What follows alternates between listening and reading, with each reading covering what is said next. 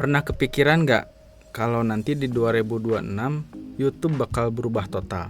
Dulu semua orang kejar subscriber, tapi sekarang yang dikejar adalah perhatian. Dan sebentar lagi jumlah subscriber nggak akan berarti apa-apa lagi. Selamat datang di masa depan YouTube, di mana yang bertahan bukan yang paling terkenal, tapi yang paling relevan. YouTube sekarang mirip Netflix dengan ribuan sutradara. Algoritmanya nggak peduli seberapa banyak subscriber kamu, tapi hanya peduli sama apa yang orang mau tonton saat itu. Artinya, kalau kamu bikin video yang tepat sasaran, meski channel kamu baru, YouTube bisa aja lempar video kamu ke jutaan orang. Itu sebabnya banyak sekali channel-channel kecil yang tiba-tiba meledak. Karena yang mereka buat cocok banget sama interest penonton. Apa sih yang sebenarnya diinginkan YouTube? YouTube punya satu keinginan terbesar, yaitu membuat orang betah selama mungkin di platformnya.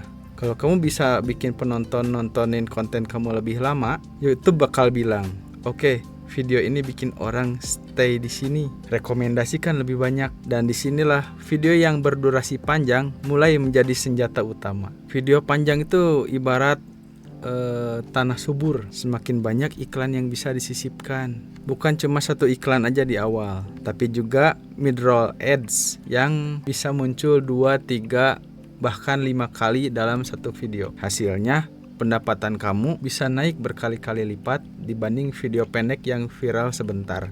Apa sih hubungannya antara video panjang dan video short?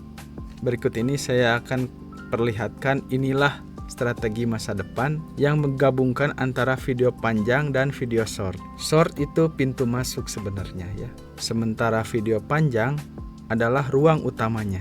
Kamu bisa bikin potongan kecil dari video panjangmu, lalu arahkan penonton untuk nonton versi lengkapnya. Dengan begitu, YouTube akan melihat polanya. Polanya, orang menonton video short, lalu masuk ke video long dan stay lama di situ. Dan kalau kamu konsisten, YouTube akan mendorong konten kamu ke audiens yang serupa, bahkan lintas negara. Sekarang, lebih dari 30% penonton YouTube datang dari Smart TV. Nah, Smart TV banyak sekali dilupakan karena orang-orang berpikir penonton YouTube kebanyakan dari smartphone. Padahal, yang sebenarnya terjadi, YouTube sekarang sudah mirip dengan Netflix. Banyak orang-orang yang mengakses YouTube lewat TV-nya. Artinya, video panjang bukan lagi masalah. Bahkan sekarang banyak sekali penonton malah nyari konten yang panjang, yang bisa dinikmati di layar besar. Jadi kalau dulu orang bilang, video YouTube jangan panjang-panjang, nanti bosen. Sekarang justru kebalikannya.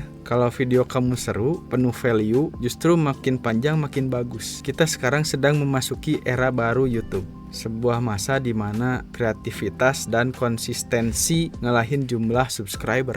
Yang penting bukan seberapa besar channelmu, tapi seberapa besar dampakmu di setiap menit yang kamu hasilkan.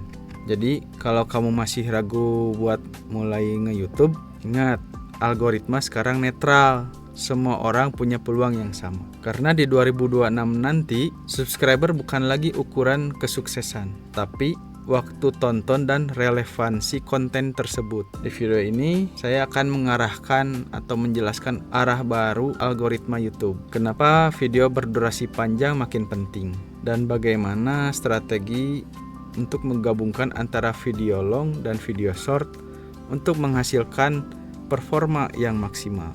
Jangan lupa tonton sampai habis, karena insight ini akan menentukan arah channel kamu ke depannya. Sekarang bayangin kayak gini. Dulu itu YouTube kayak TV, orang nonton karena langganan kreator tertentu. Tapi di masa depan, YouTube itu sangat mirip dengan Netflix. Kalau seseorang lagi tertarik untuk belajar soal AI atau editing atau musik, algoritma bakal munculin video yang relevan dengan hal itu.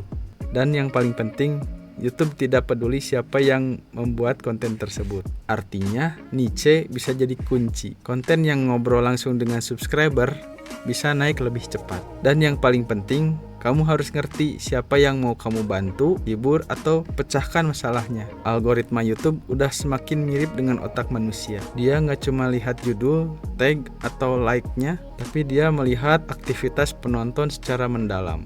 berapa lama mereka menonton, kapan mereka berhenti, dan apa yang mereka klik setelahnya. Mulai 2026, AI ini bahkan bisa melihat konteks video lewat transkrip otomatis, ton suara, bahkan sampai dengan ekspresi wajah. Jadi, kalau misalkan kamu bikin konten dengan niatnya cuma klik doang, tapi gak punya nilai buat penonton, algoritma bakal langsung nurunin rekomendasi. Tapi kalau kamu benar-benar ngerti apa yang bikin penonton stay, YouTube akan benar-benar bantu kamu nyebar video kamu lebih luas, bahkan ke orang yang gak pernah subscribe sama sekali.